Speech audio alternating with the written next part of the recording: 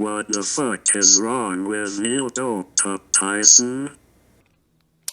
Here's a website where we sent, in fact, it wasn't us, it was the Chinese, I think it was the Chinese or Europeans, sent a probe, to an orbiter to the moon so that it was close enough, because ground-based telescopes are not, they don't have the resolution to see the landing sites. But if you get close enough to the moon, you can. It photographed the entire surface of the moon, and there were the landing sites, and you saw the rover tracks and the base for the lunar module. And so that night he went home and found it. And then he came back and says, well, NASA could have faked that. Well, I'm done with you. We have no more to talk about. This pile of shit picture is what Neil is talking about. Why would someone who thinks the entire Apollo missions were faked believe that this lousy image is real? So he says you have to go to space to see the moon landing evidence. So convenient. So fucking convenient. Somehow the massive telescopes on Earth aren't good enough to see anything, and this is somehow an improvement. This telescope in the Canary Islands has a 34-foot diameter aperture. It can be used to explore remote planetary systems, galaxies, nebulas, and black holes, yet Ground-based telescopes are not, they don't have the resolution to see the landing sites. I took these pictures with a fucking camera. Are you going to tell me a camera can take these pictures, but a telescope that has over 100 times the zoom capabilities can't see the flag that is supposed to be there?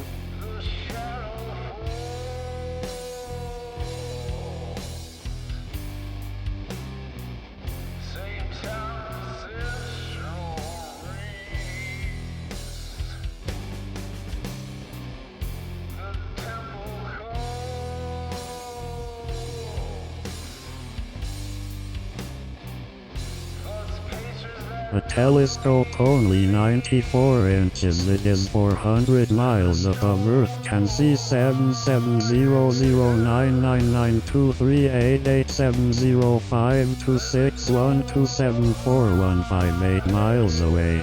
That's a 7 with 22 zeros after it. And so can ground telescopes. But they can see something only on the moon, which is less than 240,000 miles away. What a complete joke. They tell us they can see light from Earth telescopes that is 13 billion light years away, over 320 quadrillion times farther away than the moon. That's a 3 with 17 zeros after it. But they cannot see the flag or the lunar rover. Pretty hilarious.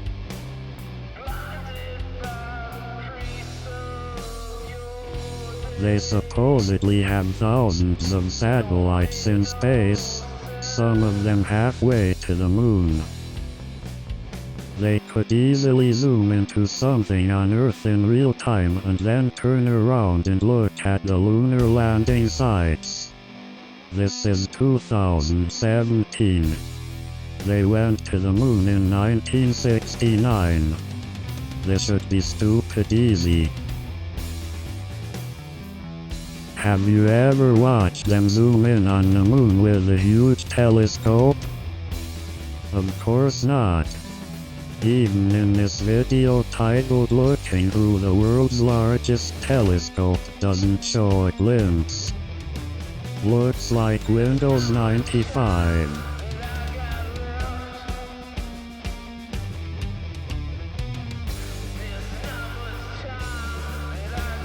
You have to be a dumb motherfucker to believe this is proof of something.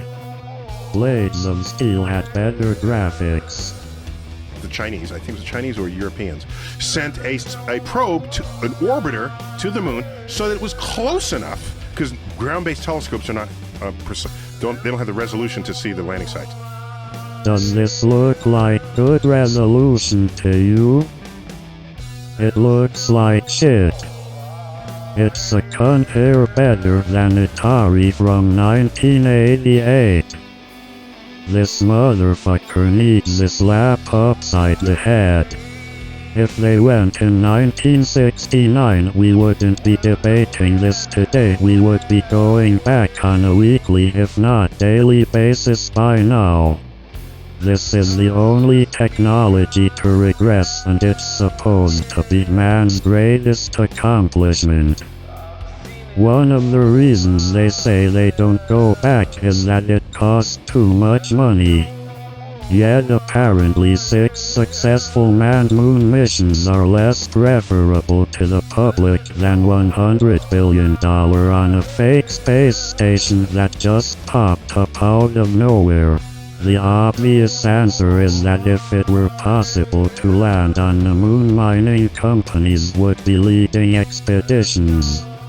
Moon trips would be commercialized and the rich would get to experience walking on the moon. There would be lotteries for ordinary citizens to get to walk on the moon. Like every other technology, the product would become accessible over time to the general public and much less expensive. Ground control to Major Tom. Lock your Soyuz hatch and put your helmet on. 10. Ground control to Major Tom. 7, 6. Commencing countdown, engines on. 3, 2. Detach from station and may God's love be with you.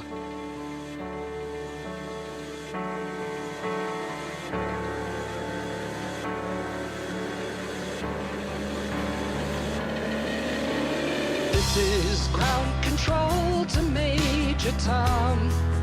You've really made the grade, and the papers want to know whose shirts you wear. But it's time to guide the capsule if you dare. This is Major Tom to ground control. I've left forevermore.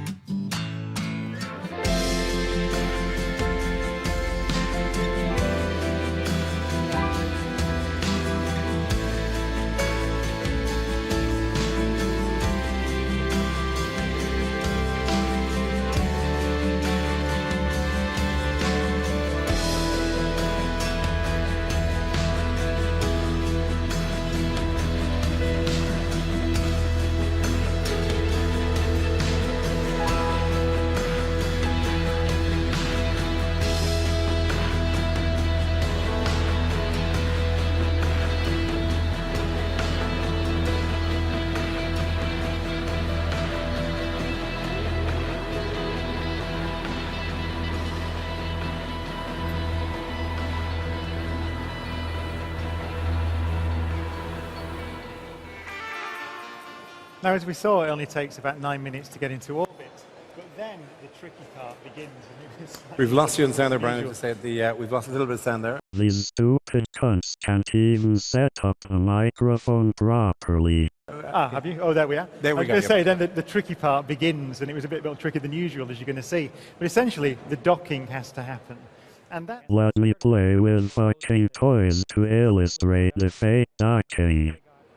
Okay, we were asking about stargazing there. Ironically, this is not a great place. I mean, this show encourages people to go out and look at the stars. This, ironically, is a bad place to look at the stars. Well, it's almost like looking at the stars from inside your home. You hardly ever get the lights off long enough in order to really get a good look at the sky, and we don't make the whole space station dark. You go around the world so quickly that you just don't have very long in the dark to look at it. What has happened is they have completed each of their pressure checks, because when the space station and the Soyuz came together, they trapped a little bit of space in between the two of them, some vacuum.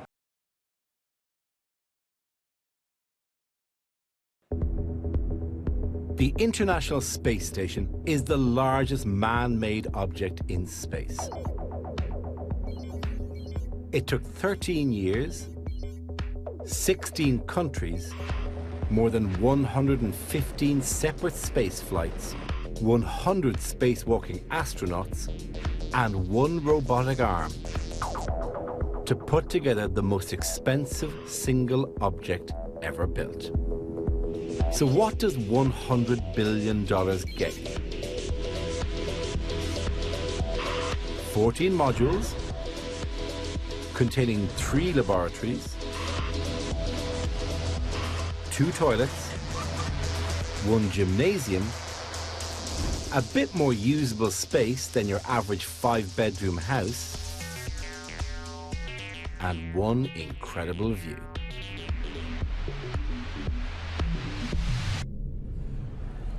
So the figure we mentioned there is $100 billion. What are you getting for your $100 billion these days? What are you getting for your $100 billion these days?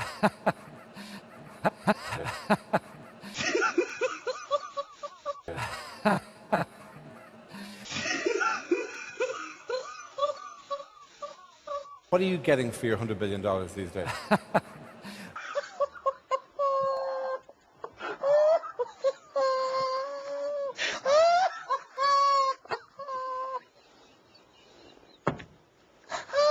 Ja, ik vind dat dit echt niet kan hoor. Ik bedoel, meneer, moeten we nu nog antwoorden of niet? Want What are you getting for your $100 billion these days? Well, of course, that's $100 billion invested over whatever, the 25 years we've been working on a space station. But for me, it's several different things. It's a laboratory that doesn't exist on Earth, and we've run almost 2,000 experiments up there over the last 15 years. Like how to jerk off in space. It's an observatory of the universe that is not just temporary, but permanent and above the atmosphere. It's an observatory of the world that goes around the world 16 times a day. And if we're trying to understand changes to our planet, then that, of course, is a wonderful perspective. That is what satellites are supposed to be for. But it's also our first permanent step as a species away from the planet. It serves all different purpose in addition to being a pretty amazing symbol of cooperation. So to recap, $100 billion for jack shit. You know, when a little kid is sailing their sailboat in a pond remotely, at some point that then person starts to sail a sailboat up and down the coast, and then they invent and learn and study and figure out all the things they need to do so that maybe then someday they can actually sail out of sight of land. And the station has been orbiting the Earth as if we're sort of sailing within sight of land as we invent. I mean, what do you make the hull out of? How do you navigate? What food do you need? How do you make a toilet that'll work forever? How do you recycle water? How do you recycle the oxygen? It's the main crucible test bed where we've been trying to grind out all the lessons that will eventually let us go to the moon and even further away. I was going to say, so it's a prerequisite. Holy shit. that will eventually let us go to the moon and even further. That will eventually let us go to the moon, eventually let us go to the moon and even further away. I was going to say, so it's a prerequisite to hopefully in our lifetime we'll see an astronaut on Mars, I hope anyway. I hope so. I assume the station there is at least till 2024 and maybe 2028. I think we'll go from there to the moon, just so that we still have the chance to come home in 3 days if we need be, and then eventually further.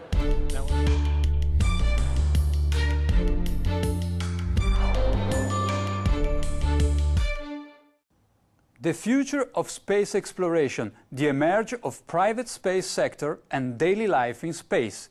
These are among the topics we discussed today with two special guests from International Space Station, Terry Wirtz, the current ISS commander, and Samantha Cristoforetti, the first Italian female astronaut in space.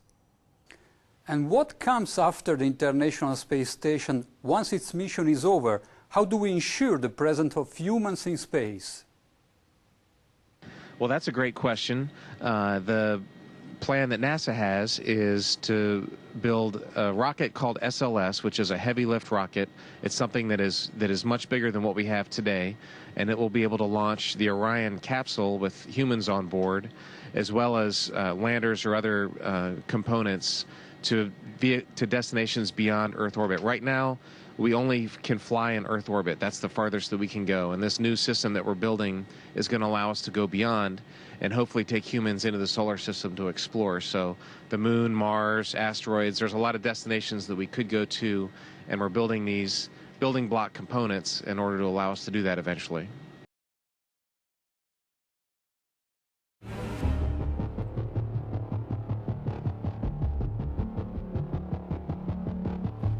Orion is getting ready to launch.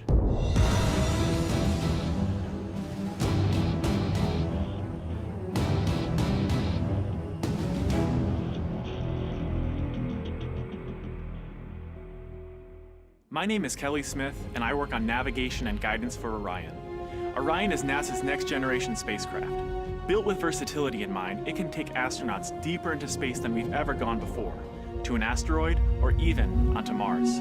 For these missions, beyond low Earth orbit?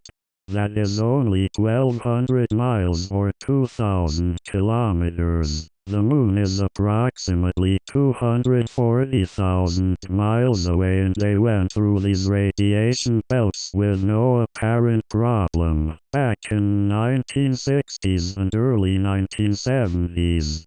That was almost 5 decades ago. The astronauts did not even know about the Van Allen radiation belts. Any ill effects from the Van Allen radiation belts? No. Now, I'm not sure we went far enough out to encounter the Van Allen radiation belt. Maybe we did. Beginning at an altitude of 1,000 miles and extending an additional 25,000 miles, lay lethal bands of radiation called the Van Allen radiation belts. Every space mission in history with humans on board, from both the United States and Soviet Union, from the first in 1961 to the present, has been well below this deadly radiation field. Mercury, Gemini, Soyuz, Skylab, the Space Shuttle, all maintained altitudes well below 1,000 miles. All except Apollo. I don't know the distance to the Van Allen radiation belt, and if we did, it wasn't a problem. If we were going to encounter it, then we would have had to build the spacecraft and the spacesuit to not give humans a problem. You don't just build something and hope it works. You study to see what the threats are, the environment is, and then you say, how thick do I have to make the metal on the spacecraft so that going through this kind of radiation or these kind of meteoroids, it won't get hurt. And so then we build it that way. The belts are 1,000 miles to 25,000 miles above the Earth. Then we went right out through them. No effects on your cells? Didn't even know it. I don't think anybody, well, maybe somebody said you went through the radiation belt, but we didn't feel it inside, and we didn't get any, added radiation. In 1998, the Space Shuttle flew to an altitude of 350 miles, one of its highest altitudes ever. hundreds of miles below the beginning of a field of radiation that was so severe that the astronauts inside of their shielded spacecraft and inside of their shielded spacesuits saw flashes of light with their eyes shut that they described as shooting stars, due to radiation penetrating first the shuttle's shielding, then their spacesuit shielding, then their skulls, and finally the retinas of their closed eyes. As a result, CNN issued the following report noting NASA's unpredicted surprise. The radiation belt surrounding Earth may be more dangerous for spacewalking astronauts than previously believed. Scientists say the phenomena known as the Van Allen belts can spawn killer electrons when the Earth's magnetic field changes. These electrons that are being studied could have an important effect not only on satellites, which has happened in the past, but could also affect the astronauts by creating large doses of radiation that could influence their health. The electrons can penetrate through various materials, including spacesuits, and can pass through, in fact, the walls of the space station, and can create high charges deep inside of these objects. No strange occurrences? Nothing like that. The space shuttle... Go ahead. The space shuttle went to 365 miles a few years ago. Because I worked in news. I saw CNN. They said that the radiation belts surrounding Earth are more dangerous than previously believed because the astronauts saw shooting stars with their eyes closed just when they got within 600. Radiation belt. We saw shooting stars, but they're not shooting stars from with your eyes closed, although they look like it. If you're out in space beyond the Van Allen belt, and probably within the Van Allen belt, and close your eyes, and just pay attention. You don't notice it unless you pay attention. Then all of a sudden you'll see a little flash like a shooting star, except it's like that. There goes one this way. Then one just blossoms. And then not that fast. Maybe you wait 3 minutes or 2 minutes and one goes whoosh. And what's happening is cosmic rays are hitting the back of your eye and exciting those sensors in the back of your eye. So that's what you see. And they got high enough apparently to close it. My guess is in Earth orbit, if you closed your eyes and just paid attention, that you would see them. The first time they were seen was when they went to 365 miles. Yes. That's 650 miles below or away from the radiation. Yeah, see, it's below. My guess if they just did it tonight. But see, if you're just going to sleep or closing your eyes or it's dark, you don't notice them. But if you'll close your eyes and pay attention, which we had an experiment to do, by the way, then you see them whistling by. Not on our mission, by the way, they hadn't been discovered yet. I saw them one day on the moon. It wasn't dark, and it was kind of dark, and I saw this flash of light, and it looked like it was on the moon, but really it wasn't. It was a flash of light in my eye. So there was no strange phenomenon going through the belts of any kind? Nothing happened? There was no great unknowns, no science fiction going to the moon. It was all science fact, although sometimes it seemed like it was science fiction. I saw a CNN report about 3 years ago. The space shuttle went to about 365 miles. And that was the closest they got to the belts since the moon missions went through them. And they were about, I guess, 650 miles away from the belts. And they reported that it was more dangerous than previously believed. And that when they were 650 miles away, inside a shielding better than you guys used, they could see the radiation with their eyes closed going through their skulls and the retinas of their closed eyes. Well, I don't know about the shuttle. The shuttle doesn't have the capability to go very far, 400 miles. I don't know exactly where the Van Allen... Quiet. Hey. Hey. Hey. Hey. Quiet. Yeah, the shuttle doesn't have the capability to fly very far away from Earth, maybe 300-400 miles. I don't know exactly how far out the radiation Van Allen belt is. It didn't seem to bother us very much. Did you see shooting stars? Did you see the shooting stars? Yeah, I'm getting to that. Oh, okay. But a lot of noise going on. So I don't know the results of some of the experiments they've conducted. The point is they can't get that far from here, and they're really in the protective confines of the Earth, outside the atmosphere certainly. Now on the way to the moon, we did conduct lots. We weren't passengers away to the moon. We're passengers. We conducted all kinds of experiments, and one of them was an experiment where we closed our eyes and then we put some light-sensitive pads on our eyes, and we could literally, yes, we could see traces of radiation or traces of something going through our eyes. We conducted this experiment both going to the moon and coming back from the moon several times. Now, what that all meant, I don't know, but it wasn't the kind of radiation that gave us a problem of any kind. But you could see it. You could close your eyes and you could see these things shoot by. We all saw it. Not on our mission, by the way, they hadn't been discovered yet. We did it on more than one mission. Orion has to be one tough spacecraft, withstanding high speeds, searing temperatures, and extreme radiation. Before we can send astronauts into space on Orion, we have to test all of its systems. And there's only one way to know if we got it right: fly it in space. For Orion's first flight, no astronauts will be aboard. The spacecraft is loaded with sensors to record and measure all aspects of the flight in every detail. It all begins with launch aboard a Delta IV Heavy rocket. As it punches into Earth orbit, Orion will jettison its launch abort system.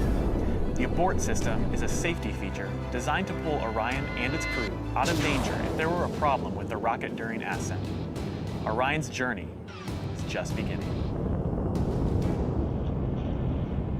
As the spacecraft and the upper stage begin their first lap around Earth, Mission Control in Houston is monitoring the progress of the flight.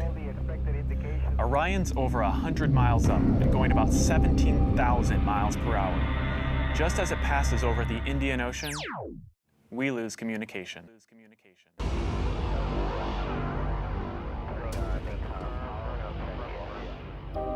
This is expected.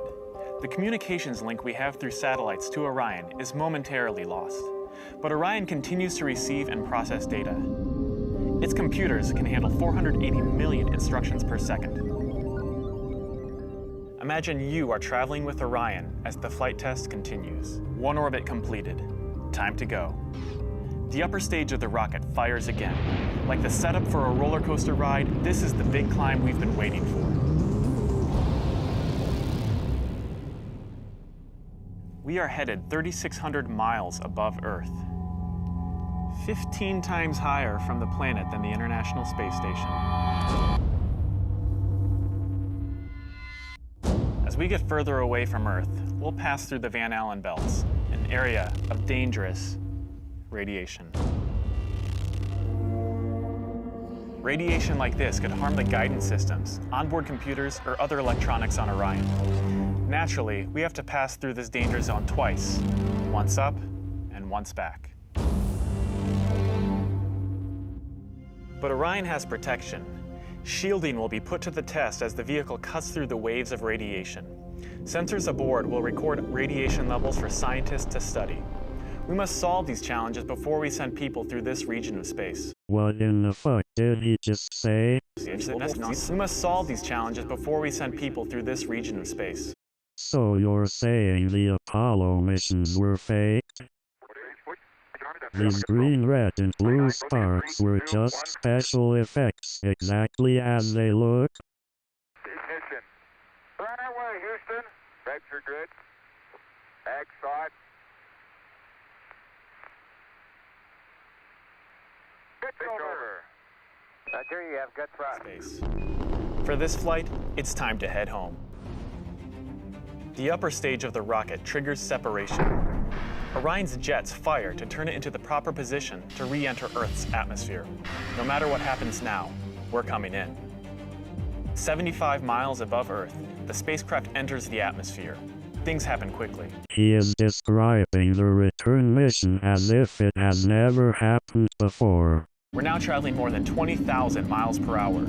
Air particles pushed out of the way heat up. An envelope of hot plasma surrounds the vehicle as it plummets towards Earth. The plasma reaches temperatures of 4,000 degrees Fahrenheit. We don't have metal that can withstand 4,000 degree heat. almost twice as hot as molten lava. This may be the most dangerous part of the flight. Mission Control is monitoring all the data from the spacecraft, and then we lose communication again. No data can penetrate the plasma. Orion is on its own. Orion is inside a fireball. Onboard systems ignite jets to keep the ship pointed correctly, so the specially constructed heat shield takes the full brunt of the inferno. This is the Apollo 17 command module. It went through this intense speed and heat on its way back to Earth in December of 1972. How did it manage the 4,000-degree heat, you ask? With 2-inch heat shield made out of reinforced plastic. You heard that right. 2 inches of plastic. What a joke. This is the largest heat shield of its kind ever made. Orion's computers command the spacecraft to bank like an airplane, keeping a precise path to the landing site.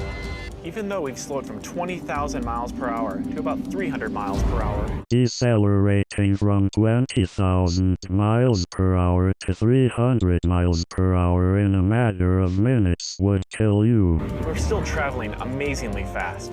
We must slow down to safely land in the ocean. Luckily, we have parachutes. Fucking parachutes. Specially designed for Orion, the parachutes help us hit the brakes, but not too quickly. One day people will be aboard, so deceleration must happen in stages to keep things comfortable for the crew. Holy moly. The forward bay cover jettisons.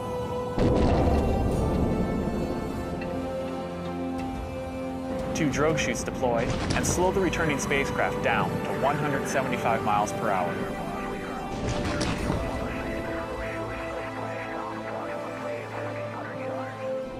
Then, the three main parachutes open.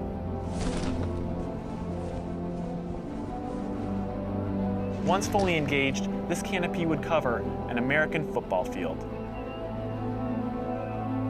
It takes parachutes this size and strength to slow our descent to 20 miles per hour, and then splashdown. For this first flight, we won't have astronauts inside, but we still have some very precious cargo. The flight data from this mission is stored inside the Orion spacecraft. While our flight might be over, there is still a lot of work to do. Onboard sensors recorded every detail, from launch to flying in space, to re-entry to landing. NASA is playing you for a sucker. Even admitting to you in a pre-recorded video.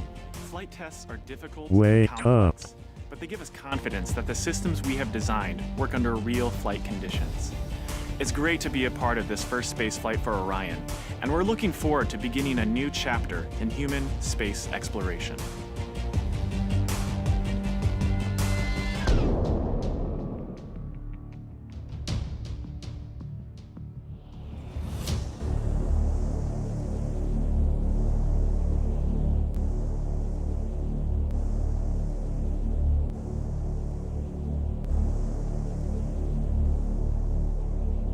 So the engine is loud? You get, pardon? Is the engine loud as you're descending? Well, the engine is very loud. It's very difficult to tell the difference between feeling sound and hearing sound, but yes, it's loud. When you were in it, you couldn't hear it in the vacuum of space. Laugh out loud.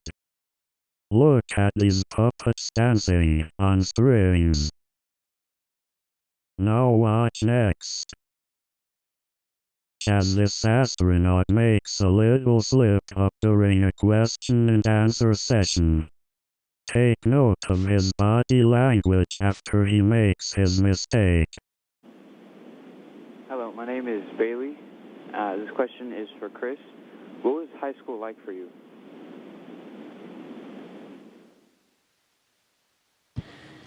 Well, it was the 1980s, so the music was different, the hairstyle was different, the clothes we wore were different than today, but probably in 5 or 10 years it'll be the same. And in school, I was just like you, probably all of you there. I tried my best. I didn't always succeed, didn't always do well, but I put my best effort into school. Math and science were kind of my favorite subject. I didn't really like English, in reading too much, but I've since grown out of that, and I enjoy reading now. And I played a lot of sports.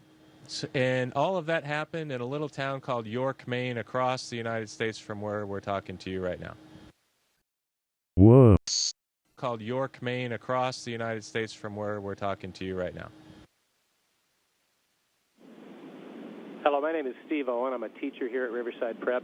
I'd like to ask you about the stress associated with the long periods in the space station. I'd like to ask Karen, what is the training that you get to cope with that stress and related psychological issues?